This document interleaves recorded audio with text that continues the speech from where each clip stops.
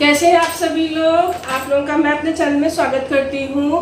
नवरात्र पर ये वीडियो है और अगर जो जानकारी आपको अच्छी लगे तो चैनल के साथ अवश्य जुड़िएगा, सब्सक्राइब करिएगा। और माता का आगमन किस पर हो रहा है, कितने नवरात्र हैं, सारी बात करूँगी। तो जो घट स्थापना की अगर जो मैं बात करूँ तो मैं इसकी बहुत सारी वीडियोस में बना चुकी हूँ। मैं इसका लिंक डिस्क्रिप्शन में डाल दूँगी, आप लोग देख लीजिएगा। तो माता, हाँ, और अगर सरल तरीके से आप लोग स्थापना करना चाहते हैं तो वही माता की चौकी लगा लीजिए, उस पर मूर्ति या तस्वीर रख लीजिए। दुर्गा मायाम स्थापयामि, और कलश की स्थापना करने के लिए उसमें सोने की अंगूठी डालिए, सुपारी डालिए, हल्दी की गांठ डालिए, अक्षत डालिए, आम के 5 पत्ते लगा लीजिए, ठीक है। और गंगा जल या कोई तीर्थ का जल आपके पास रखा हो, जैसे कि अभी कुंभ पड़ा था तो आप चाहो तो वो जल भी इस्तेमाल कर सकते हो।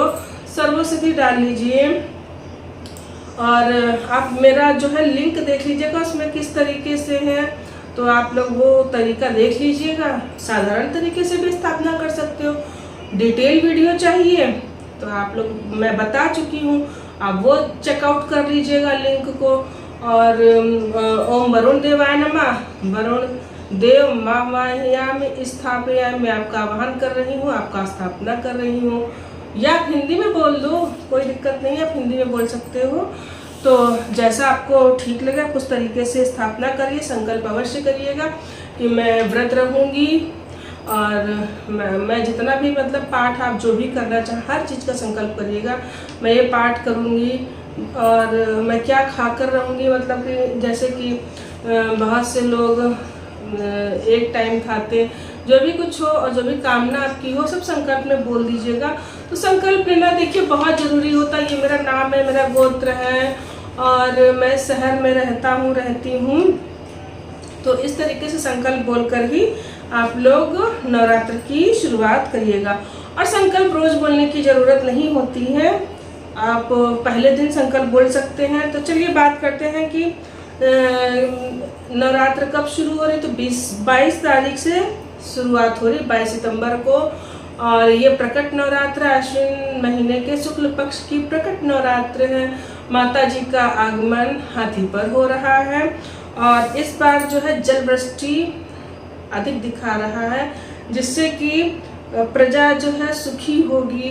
और इस बार ठंड भी बहुत ज़्यादा पड़ने के योग इसमें दिखा रहा है। हाथी पर माता का आगमन शुभ होता है, बहुत ही अच्छा माना जाता है। इस बार के नवरात्र बहुत अच्छे हैं, पूरे 10 दिन के नवरात्र रहने वाले हैं।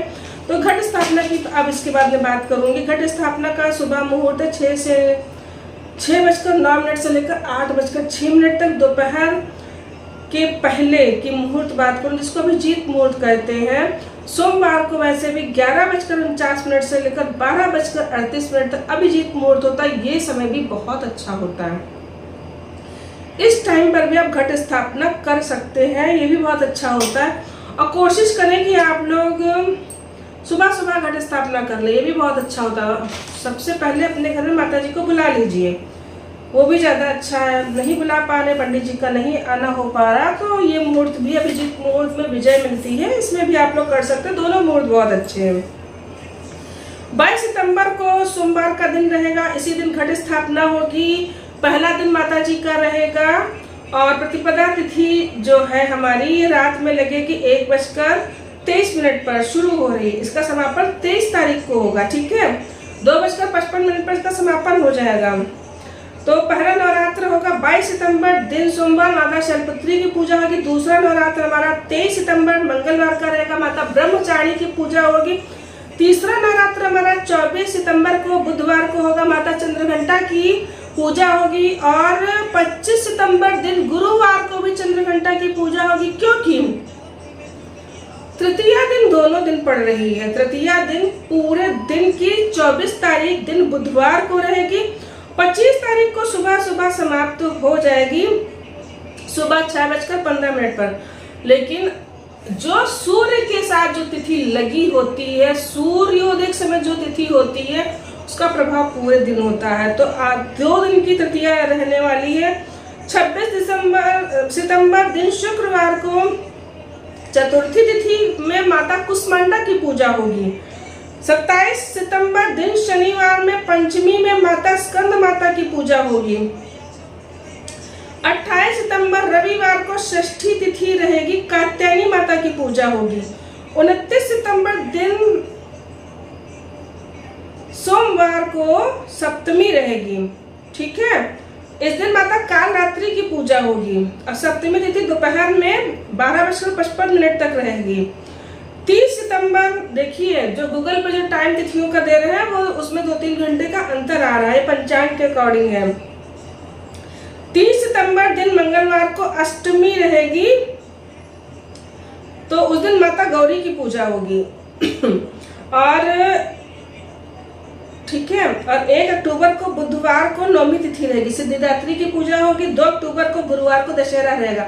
अष्टमी तिथि की बात कर लेते। अष्टमी तिथि दिन मंगलवार की रहेगी, 30 तारीख की, 30 सितंबर को।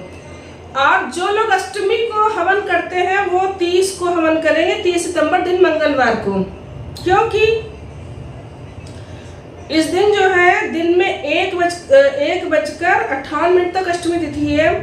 पूरे दिन मतलब पूरा मध्याह्न तक अष्टमी तिथि का प्रभाव रहेगा। इसी दिन बहुत से लोग हवन करते हैं और माता महागौरी की इस दिन पूजा होगी। और 1 अक्टूबर को भी बहुत से लोग हवन करते हैं, तो बुधवार की नवमी रहेगी। बहुत से लोग कन्या पूजन नवमी को करते हैं। तो आप लोग इस बात का ध्यान अवश्य रखिएगा फ्रेंड्स कि जो नौमी तिथि जब तक रहे उतने में ही कन्या खिला दीजिए। पता चला नौमी तिथि समाप्त हो जाती है, उसके बाद में कन्या खिलाने का कोई मतलब नहीं होता है। 2:37 तक ही नौमी तिथि रहेगी, तब तक आप लोग कन्या खिला दीजिए। तो ये है नवरात्र की टाइमिंग कि किस दिन कौन सी तिथि पड़ रही, किस दिन कौन सा नवरात्र जो है वो रहेगा। और अगर जो मैं बात करूं घट स्थापना का, मैं बता चुकी हूं। अष्टमी तिथि नौमी तिथि भी मैं बता चुकी हूं। और घट स्थापना कैसे करनी चाहिए, क्या उसका तरीका होता है, ये मैं लिंक डाल दूंगी, आप लोग देख लीजिएगा। और इस बार मैं घट स्थापना का मुश्किल है जो मैं वीडियो बना पाऊँ क्योंकि मैं कई बार बनाकर डाल चुकी हूँ, मुझे याद है। थोड़े से नियम की अगर जो मैं बात करना चाहूँगी कि आप लोग कोशिश महिलाएं यही करिएगा कि साड़ी 9 दिन पहन कर रखिए और चमड़े की बेल्ट, चमड़े का पर्स, इन सब से दूरी बनाकर रखिए। घर में साफ सफाई रखिए। घर में कोई सास है, आपकी माँ है, उनका सम्मान करिए और माता का सम्मान अवश्य करिए, चाहे स्त्री हो या पुरुष हो। घर की माता का सम्मान होगा तभी वो माता खुश होती है। और कोशिश करिए कि रोज एक कन्या का पूजन, अगर जो कहीं आपको कन्या मिल जा रही है तो आप एक कन्या का पूजन अवश्य करिए। या तो आप ऐसा भी कर सकते हैं कि जिस दिन प्रथम नवरात्र है उस दिन एक कन्या, जिस दिन दूसरा नवरात्र है उस दिन 2 कन्या, जिस दिन तीसरा नवरात्र है उस दिन 3 कन्या। इस तरह ये काम भी कर सकते हैं, लेकिन कोशिश करिए एक कन्या का पूजन अगर जो आप कर सकते हैं तो जरूर करिए। कन्या को मीठा खिलाइए। जिस तरीके से पूजा होती है नवमी को, जैसे कि कंजक पूजन होता है, उसी तरीके से करिए। उनका चरण धो दीजिए, उनको चंदन का टीका लगा दीजिए, सिंदूर लगा दीजिए। बहुत से विद्वान कहते हैं माता जी चंदन का टीका नहीं लगाती। अरे कौन कहता है? देवी भागवत उठाकर पढ़ लीजिए, चंदन का टीका लगाती है माता जी। जो मैया जो चंदन को घिस कर जो लगाया जाता है वो चंदन का टीका माता दुर्गा को लगाइए। उसमें केसर मिला के चंदन घिस कर, चंदन की जो लकड़ी आती है उसी चंदन की मैं बात कर रही हूँ, उसमें केसर घिसकर माता को, दुर्गा जी को अवश्य लगाइए। कन्याओं को अवश्य लगाइए, आप करके देखिए। रोज एक कन्या का पूजन करिए और मीठा माता को खिलाइए, घर का बना मीठा खिलाइए, कन्या को मीठा खिलाइए। जो भी भोग माता को अर्पित करिए उसमें लाल फूल अवश्य रखिए। ये सब नियम मैं बता रही हूँ, इस तरीके से करके अवश्य देखिएगा। और कन्या को कुछ दक्षिणा अवश्य दीजिएगा, हो सके तो फल भी दीजिए, दक्षिणा भी दीजिए।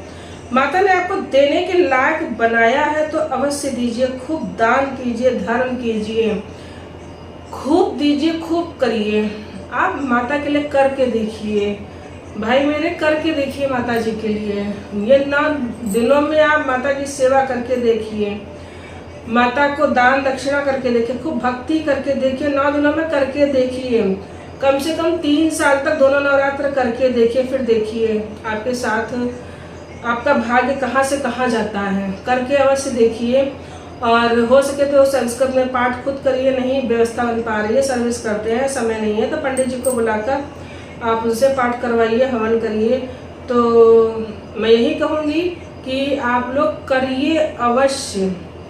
और जितना हो, नहीं ज़्यादा हो पा रहा है, ठीक है, नहीं समय है या व्यवस्था नहीं है, तो जितनी व्यवस्था है, जितना समय आप उस हिसाब से करिए, लेकिन करिए ज़रूर। और अगर जो वीडियो किसी काम की लगी हो, कुछ आपको अच्छा लगा हो, तो कमेंट में जय माता दी भी जरा सा लिख दीजिएगा, तो हमें भी अच्छा लगेगा। और चैनल से जुड़ जाइएगा। मैं रोज़ तो इस तरीके से वीडियो नहीं बना पाती हूँ फेस स्विंग, तो मैं शॉर्ट ही रोज़ ज़्यादा डालती हूँ, लेकिन जब मुझे ज़रूरी लगता है तो मैं वीडियो अवश्य बनाती हूँ।